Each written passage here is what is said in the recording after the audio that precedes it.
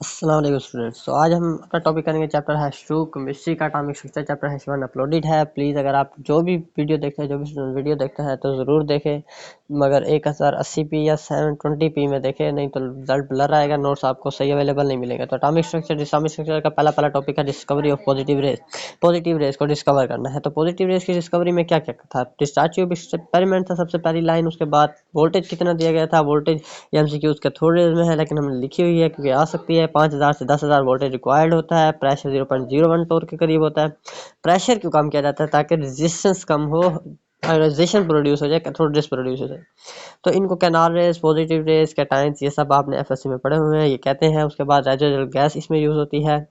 और voltage applied जो होता है वो नेचर ऑफ गैस से इंडिपेंडेंट है, क्योंकि हम इतना वोल्टेज अप्लाई करते हैं जिस पर तकरीबन सारी गैस हो जाती है, हमारे पास आयोनाइज हो जाती है। इसलिए voltage applied nature of gas पे डिपेंड नहीं करता। किस पे डिपेंड करता है? Length of tube. Length of tube क्या है? कैथोड और एनोड के दरमियान जो फासला होता है उसे लेंथ ऑफ ट्यूब कहते हैं। उस पर डिपेंड करता है। प्रेशर ऑफ एयर पे डिपेंड करता है और अमाउंट ऑफ गैस पे डिपेंड करता है। हाइड्रोजन के केस में रेस प्रोटॉन होते हैं। क्यों? क्योंकि जब एक इलेक्ट्रॉन निकल जाता है, न्यूट्रॉन होता नहीं है, तो हाइड्रोजन न्यूक्लियर क्या बन जाता है? प्रोटॉन होता है। हाइड्रोजन के पास maximum E over M value होती है, जबकि M over E value minimum होती है। मैक्सिमम ई ओवर एम की होती है क्योंकि मैथ सबसे कम है, चार्ज सबका सेम होता है, तो इस वजह से हाइड्रोजन की maximum E over M value होती है। Cathode rays produce green glow when bombarded on glass. Green glow produce करते हैं। जिंक सल्फाइड का यहाँ जिक्र आता है कि जिंक सल्फाइड के साथ टकरा कर पॉजिटिव रेज हमारे पास क्या प्रोड्यूस करती हैं? बहुत सारी ग्लोस प्रोड्यूस करती है। डिफरेंट कलर्स होते हैं, उनको हम डिस्कस नहीं करेंगे। क्वांटम नंबर्स क्या होते हैं? क्वांटम नंबर्स हमारा नेक्स्ट टॉपिक है। Quantum numbers. Bore explain electronic revolution. Electronic revolution को इलेक्ट्रॉन कहाँ कहाँ कैसे कैसे पाया जाता है तो सबको बोर ने एक्सप्लेन किया। बोर ने ऑर्बिट शेल का लफ्ज यूज किया रिवॉल्विंग साइड के लिए। क्वांटम नंबर्स के लिए बोर ने ऑर्बिट शेल का वर्ड यूज किया। उसके बाद उस बोर्स ने क्या कहा? बोर्स ने क्वांटम नंबर्स क्वांटम नंबर्स हमारे पास क्या होते हैं? क्वांटम नंबर हमारे पास होते हैं कि जो इलेक्ट्रॉन है उसकी पोजीशन एटम में क्या है, कि इलेक्ट्रॉन कहाँ रिवॉल्व कर रहा है, किस जगह रिवॉल्व कर रहा है, शेल में, कौन से शेल में, सब शेल में, कौन से सब शेल में, वगैरह वगैरह वगैरह। तो इसे कहते हैं क्वांटम नंबर्स।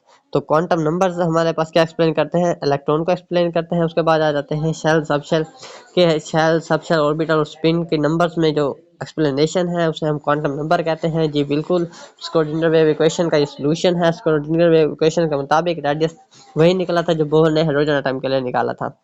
उसके बाद स्पिन क्वांटम नंबर के स्पिन क्वांटम नंबर को एक्सप्लेन नहीं कर स्क्रोडिंगर, क्योंकि स्क्रोडिंगर वेव इक्वेशन जब वैलिड हुई थी तब 3 क्वांटम नंबर थे हमारे पास, मैग्नेटिक्स, वो अजीमुथल एंड प्रिंसिपल, जबकि स्पिन क्वांटम नंबर उस वक्त डिराइव नहीं हुआ था। बाकी आ जाते हैं अब उनके एक्सप्लेनेशन के ऊपर। तो प्रिंसिपल क्वांटम नंबर क्या होते हैं? ये हमें एनर्जी का आपको पता है, साइज ऑफ ऑर्बिट, ऑर्बिट का दूसरा नाम शेल, शेल का और नाम एनर्जी लेवल है। मॉडर्न एक्सप्लेनेशन है वो पोर्स कंसेप्ट, पोर्स के कंसेप्ट की मॉडर्न एक्सप्लेनेशन है। उसके बाद इसको एन से जाहिर करते हैं, जबकि ये नेचुरल नंबर होता है। Electrons in shell given by होते हैं, ये इलेक्ट्रॉन्स का फार्मूला है। किसी भी शेल में electrons, number of electrons find करने का फार्मूला है 2n square. For an atom r n is equal to 0.5 to 9 angstrom. ये एंगस्ट्रॉम है, अगर आप इसको नैनोमीटर में करेंगे तो एक जीरो बढ़ा देंगे, 5 to 9 के पीछे एक जीरो लगाएंगे। बाकी एन स्क्वायर लिखा हुआ है, आपने अगर फर्स्ट के निकालनी है तो यही वैल्यू होगी, अगर सेकंड के निकालनी है तो वो 4 टाइम्स हो जाएगा। इसी तरह आगे बढ़ते जाए। एनर्जी के लिए क्या होगा? 13.15 किलो जूल पर मोल ओवर एन स्क्वायर होगा।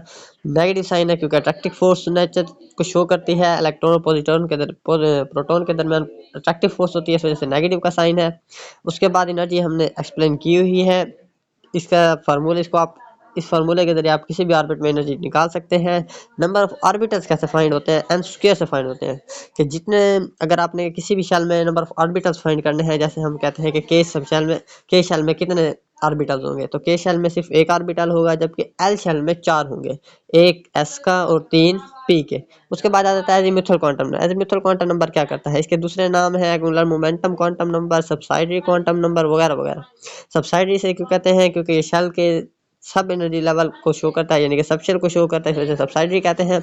सब शेल के बारे में इंफॉर्मेशन देता है, वो शेल के बारे में देता है प्रिंसिपल क्वांटम नंबर, ये सब शेल के बारे में देता है। बेसिकली एक्सप्लेनेशन है फाइन स्पेक्ट्रम की, एल से जाहिर करते हैं। उसके बाद ये होल नंबर से शुरू होते हैं, मगर हमेशा एन से एक तादाद कम होते हैं। ये याद रखनी है कि अगर एन 1 होगा तो एल 0 होगा, एन 2 होगा तो एल 1 होगा, और इसी तरह आगे चलते जाए।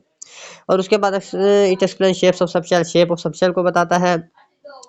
हमें पता है कि जो एस सब शेल है वो स्फेरिकल इन शेप है, S for stands for sharp. P sub shell dumbbell in shape है, P X P Y P Z तीनों डिफरेंट एक्सिस में है लेकिन शेप सेम होती है डम्बल।